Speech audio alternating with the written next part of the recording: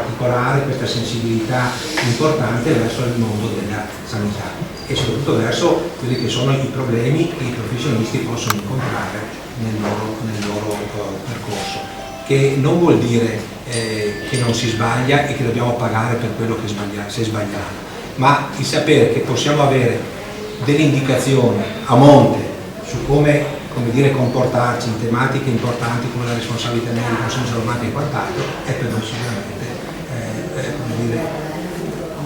non lo so, una ricchezza. Ecco. Quindi grazie ancora per questa presenza e per essere qui con noi oggi.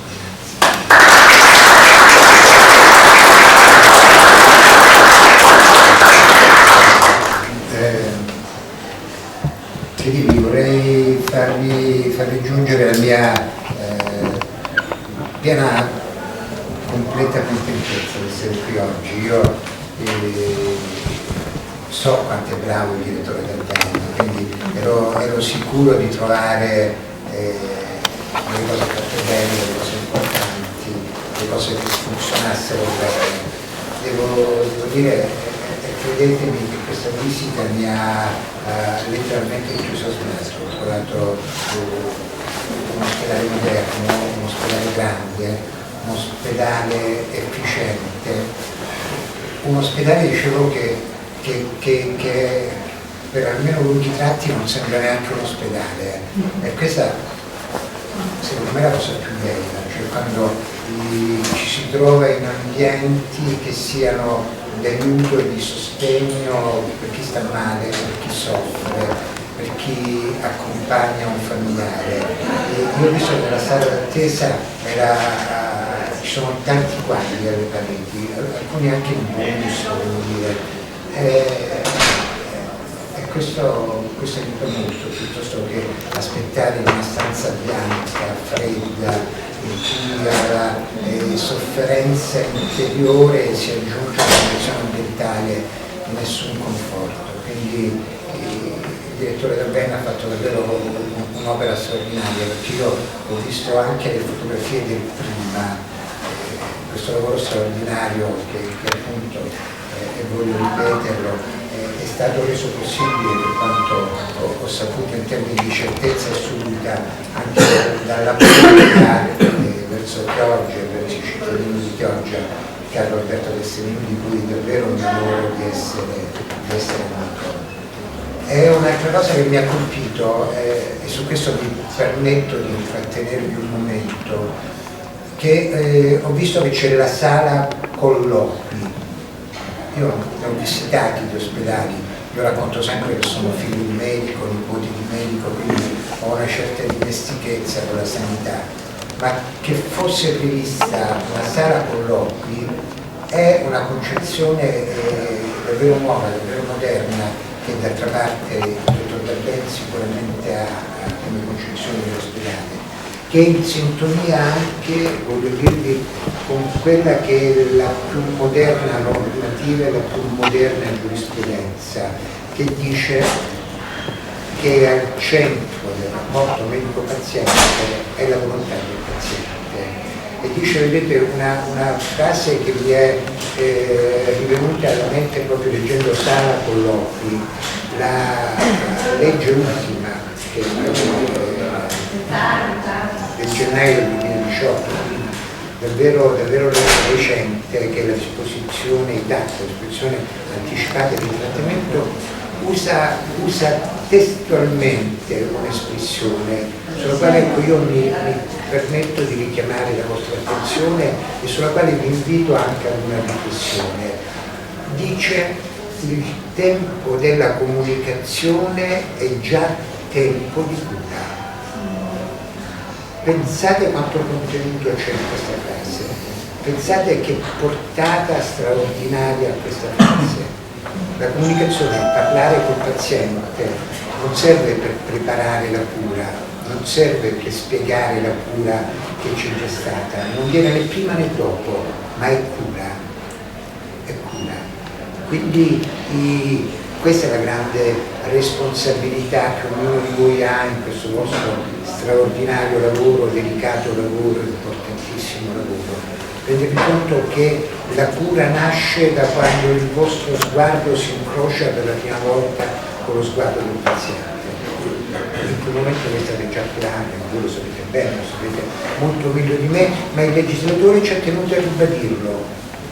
E questo evidentemente significa, se il legislatore ha ritenuto di dover dire questa cosa, dirlo in termini di assoluta esplicità, di assoluta chiarezza, di assoluta determinazione, vuol dire che alcune volte si presta poca attenzione a questo rapporto. È il legislatore, l'ultimo legislatore, il precedente legislatore dice anche, voglio fare un accenno anche su questo, ne parlavamo col dottor Dalben, del rapporto con i familiari.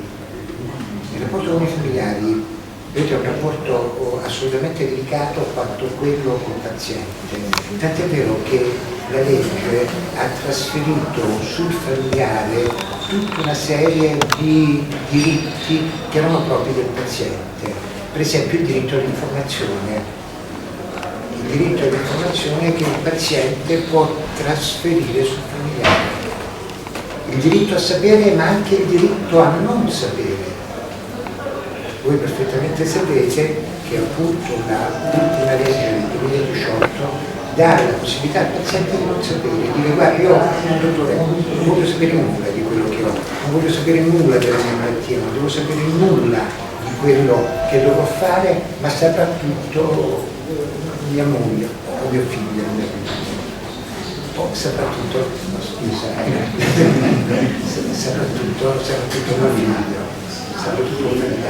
Quindi la situazione del familiare, che non è più una situazione, come dire, di invadenza, di scomodità, che dà fastidio mentre si conducono le vicende della corsia, del reparto. Il familiare è a pieno titolo nella malattia, perché la malattia, un pezzo di quella malattia, e alcune volte neanche un pezzo tanto piccolo, troppo piccolo, appartiene anche al familiare.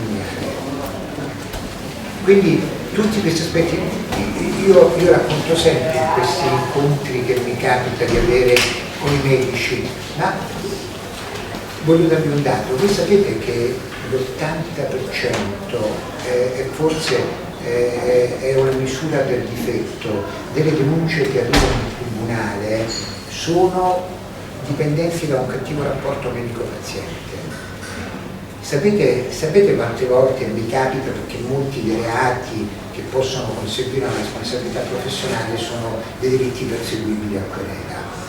Quindi quante volte capita in questo tentativo di conciliazione che il magistrato fa prima di avviare un'attività giudiziaria, quante volte capita di dire, dice, ma guardi, rimette la querela, che bisogno c'è, e quello dice no consigliere. Dico, ma perché tanto accanimento? Perché sa, il medico è stato maleducato, scortese con mia moglie, è stato scortese con mia madre.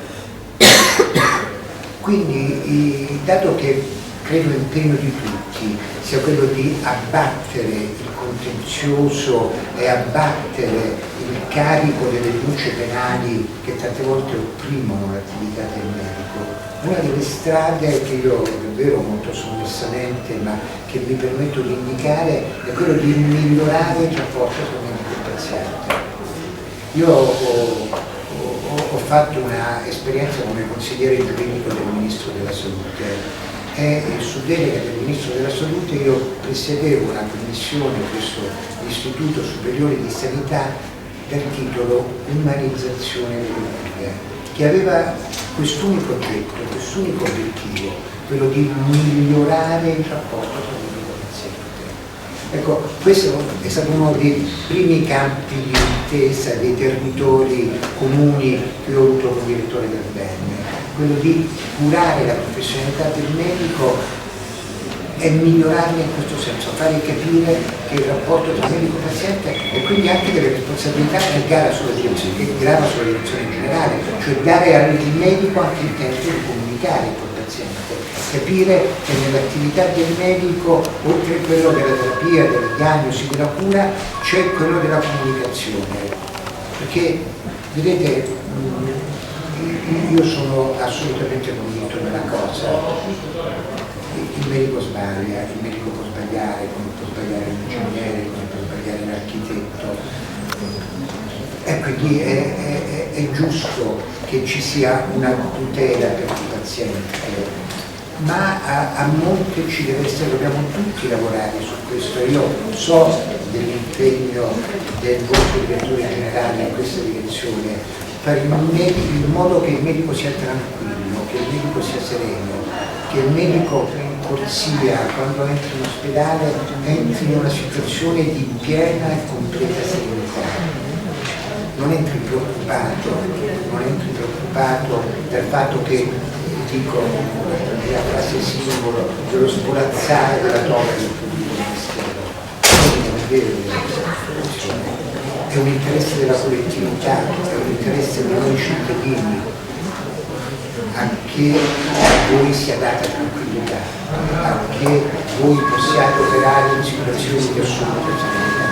E questo deve avvenire quindi attraverso una legge professionale che sia una legge equilibrata, ma attraverso anche un impegno preciso da parte vostra, che sia, mi permetto di dire ancora in quella direzione, curatelo il rapporto tra il medico e il paziente, ponete al centro dell'obiettivo, rendetevi conto che il legislatore ha affermato d'altra parte, derivando da principi che sono principi costituzionali.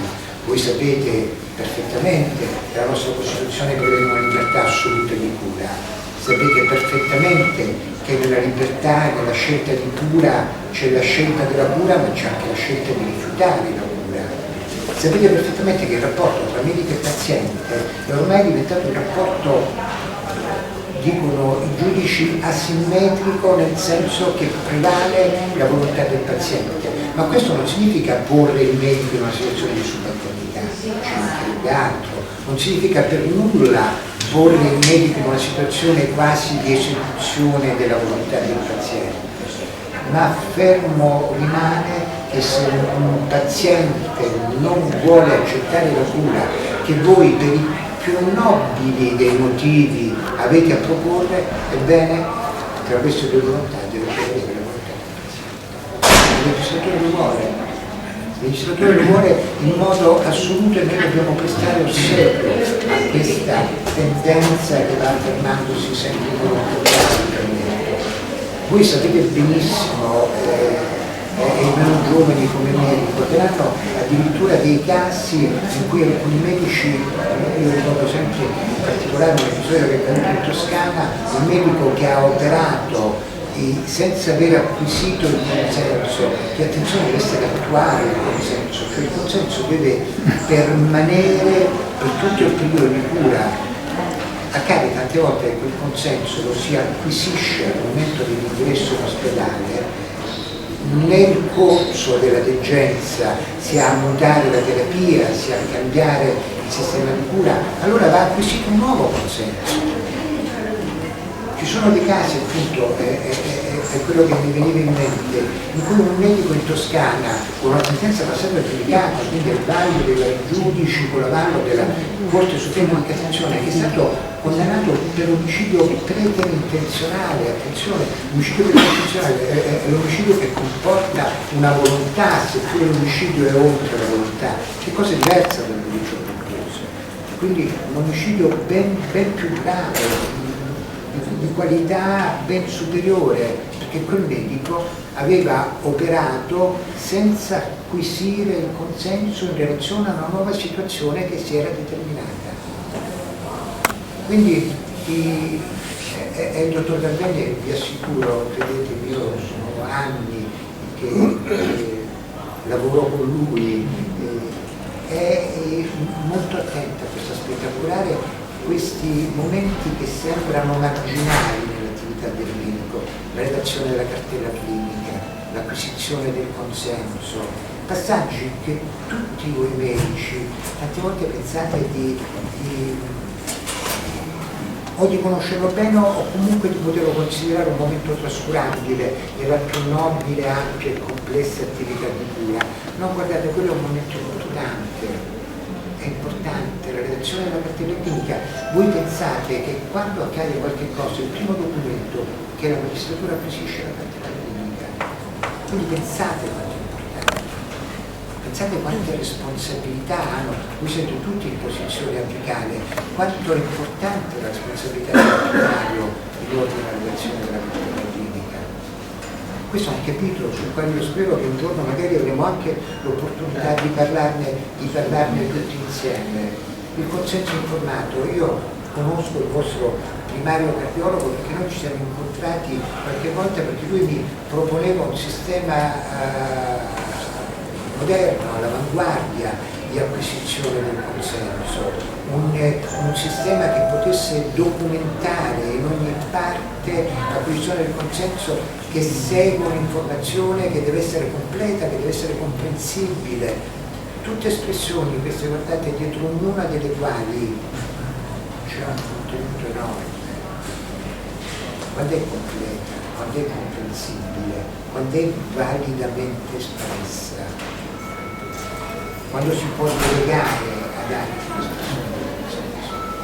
Ebbene, io sono contento per tanti motivi oggi, contento per aver visto questa struttura di cui davvero la popolazione sono sicuro. Un ringraziamento al primario oculista per aver salvato la vita a mia moglie. Grazie. Le difficoltà, gli ostacoli che certamente nel vostro lavoro ci sono, che però sappiate non costituiranno mai un alibi dinanzi alla responsabilità penale. Quindi non contate che il fatto di aver fatto 20 visite in una mattinata, dice ma io ho fatto tante visite, nessun giudice per questo vi assolverà, perché è necessario che ognuna di quelle 20 visite sia fatta nel pieno rispetto, oltre che del vostro codice etico, oltre che della vostra capacità professionale, anche nel rispetto di quelle che sono le leggi dello Stato. Quindi grazie dottor Giardini, una giornata interessante che non dimenticherò, e grazie della professor Inti che mi fai di questa comunità, che sono certo comprende interamente quanto tu sia prezioso per questa comunità. E grazie a voi, davvero grazie, buon lavoro, in bocca al lupo, e contate pure sul piccolissimo contributo che io potrò dare al vostro lavoro.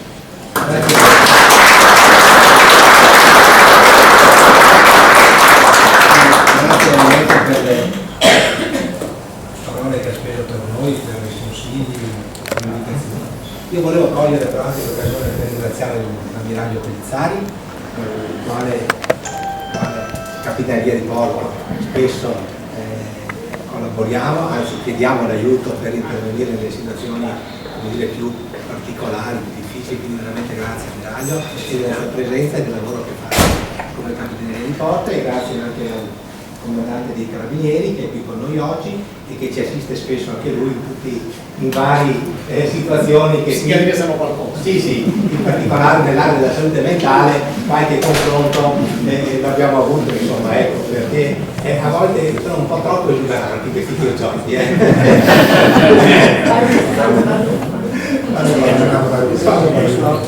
Bene, grazie ancora. Dottor Rizzo, permetto soltanto a nome di tutti i colleghi di ringraziare il nostro direttore, perché adesso abbiamo un ospedale, lo dicevo più volte, con la O maiuscola, veramente.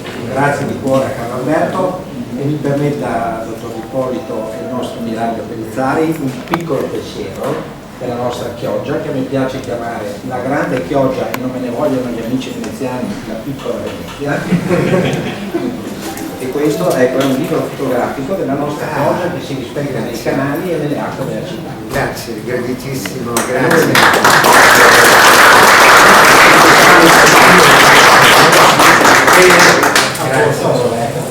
Quindi grazie ancora a tutti della vostra presenza e buon lavoro.